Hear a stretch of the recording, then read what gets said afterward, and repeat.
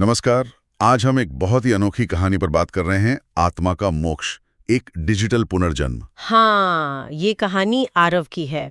दिल्ली के पास बिजौली का एक 20 साल का लड़का। बिल्कुल आजकल का नौजवान, मतलब पूरा दिन तकनीक, सोशल मीडिया, शायद थोड़ा अपने माँ बाप, अपने जड़ों से कटा हुआ सा। हाँ, और इसी डिजिटल दुनिया की खोज उसे खींच ले जाती है एक पुरानी, बहुत पुरानी जगह। और ये जगह कोई मामूली जगह नहीं है।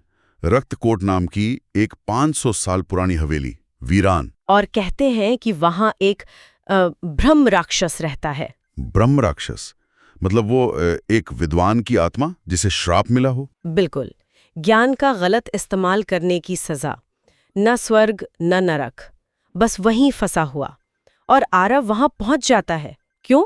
अपने व्लॉग के लिए कंटेंट बना। यहीं से चीजें बदलती हैं।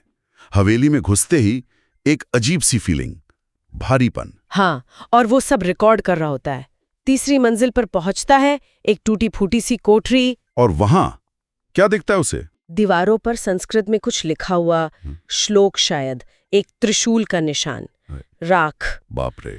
और तभी जोर से दरवाजा बंद होता है। अपने आप? हाँ, और उसका कैमरा बंद, एकदम डेड। और फिर एक चीख सुनाई देती है। और उसी रात आरव की मौत हो जाती है। पुलिस कहती है खुदकुशी। हाँ, मामला तो यही बनता है ऊपरी तौर पर, लेकिन ये तो बस शुरुआत है। असल कहानी तो मौत के बाद शुरू होती है। मौत के बाद मतलब?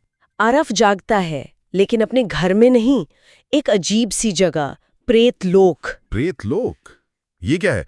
मृत्यु और पुनर्जन्म के बीच की कोई जगह? हाँ, कुछ ऐसा ही समझ लीजिए। वहां उसे एक बूढ़ी आत्मा मिलती है जो बताती है कि उसे बुलाया गया था उस ब्रह्म राक्षस ने। बुलाया था? क्यों? ये जानने से पहले आरव कुछ और बन जाता है, एक डिजिटल आत्मा। डिजिटल आत्मा? ये क्या मतलब हुआ? आधा इंसान आधी छाया, उसकी टेक लाइफ उसकी आत्मा का हिस्सा बन गई? शायद। ये एक नया कॉन्सेप्ट है कहानी में। और इसी रूप में वो ब्रह्म राक्षस से मिलता है। वो उसे बताता है अपने श्राप के बारे में, अपने ज्ञान के गलत इस्तेमाल के बारे में। अच्छा, तो एक श्रापित आत्मा और एक डिजिटल आत्मा का आमना सामना, ये तो वाकई दिलचस्प है। और ब्रह्म राक्षस उसे मोक्ष का रास्ता बताता है। क्या रास्ता? कि अगर उसके माता पिता उसे सच्ची श्रद्धा से याद करें और उसका अंतिम पिंडदान हो जाए। पिंडदान, वो पारंपरिक रस्म आत्मा की शांति के लिए। हाँ, वही। लेकिन यहाँ एक बड़ी प्रॉब्लम है। क्या? आरव का शरीर तो पुलिस इन्वेस्टिगेशन के चक्कर में शमशान तक पहुंचा ही नहीं। ओहो, तो मतलब बिना शरीर, बिना राख, पिंडदान कैसे होगा? यही सवाल है। क्या पारंपरिक रस्मों के बिना मुक्ति मिल सकती है, खासकर जब शरीर ही ना हो? तो आरव फंस गया हमेशा के लिए। वो कोशिश करता है अपने माता पिता से संपर्क करने की, हवा में खुशबू की तरह, टीवी स्क्रीन पर झिलमिलाहट बनकर। पर वो लोग, क्या वो समझ पाते हैं? नहीं। ये तो दुख की बात है। फिर क्या होता है? फिर एक रात आरव की माँ एक सपना देखती हैं। सपना? कैसा सपना? सपने में आरव उनसे गुहार लगा रहा है, कह रहा है, माँ मुझे मोक्ष दो, मैं अधूरा हूँ। अच्छा, ये सपना शायद कुछ बदलता है। हाँ, ये एक टर्निंग पॉइंट है। माँ फौरन एक अनुभवी पंडित जी को बुलाती हैं। घर पर एक खास यज्ञ रखा जाता है। यज्ञ? इस स्थिति में? हाँ, और जब यज्ञ की आग जलती है तो उसमें आरव की आत्मा की झलक दिखती है। सच में? और ब्रह्म राक्षस? कहते हैं उसकी उपस्थिति भी महसूस होती है, लेकिन शांत, सदियों बाद जैसे उसे भी शांति मिल रही हो।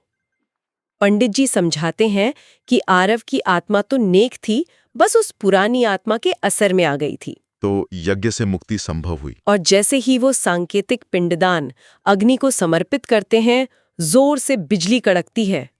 और फिर आरव की आत्मा एक रोशनी बनकर ऊपर उठती है, और उसके साथ ही ब्रह्मराक्षस की आत्मा भी, दोनों मुक्त। कमाल है।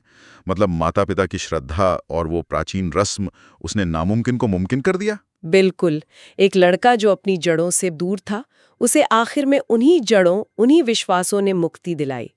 तकनीक और परंपरा यहाँ टकराई नहीं, बल्कि मिल गई, एक संगम हुआ। हाँ, ज्ञान और जिज्ञासा जब श्रद्धा और सम्मान के साथ मिलते हैं तो शायद मुश्किल रास्ते भी खुल जाते हैं। ये तो बहुत गहरी बात है, लेकिन कहानी यहाँ खत्म नहीं होती है ना?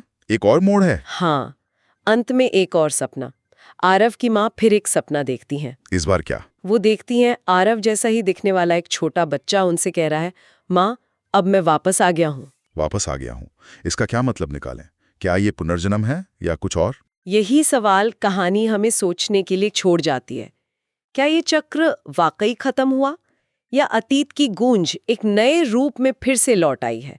पुनर्जन्म का मतलब क्या है जब आत्मा इतनी जटिल यात्रा से गुजरी हो? सोचने वाली बात है।